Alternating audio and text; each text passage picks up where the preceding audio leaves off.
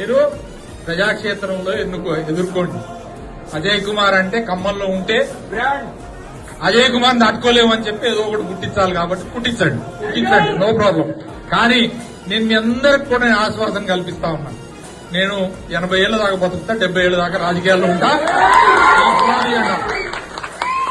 నా కోరిక మళ్లీ కేసీఆర్ ని సీఎం చూడాలా, ఆ తర్వాత కేటీఆర్ ని సీఎం చూడాలా, ఆ తర్వాతనే విశ్రమించాలి తప్పితే అంతవరకు విశ్రమించేది లేదు.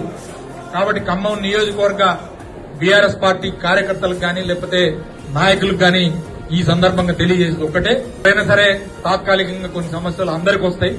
వచ్చినప్పుడు వాటిని అధిగమించాలా. తప్పకుండా అందరం కుటుంబ సభ్యులుగా వాటన్నింటినీ కూడా ఫేస్ చేయాల్సిన అవసరం ఉంది.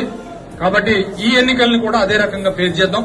ఇదంతా కూడా ఒక సమిష్టిగా బాధ్యతగా నిర్వహించుకుందాం అని చెప్పి కూడా తెలియజేసుకుంటూ మళ్ళొక్కసారి మీ అందరూ కూడా ఈ సన్నాహక సమావేశానికి ఇచ్చేసినందుకు పేరున మీ అందరికీ ధన్యవాదాలు తెలియజేస్తున్నాను.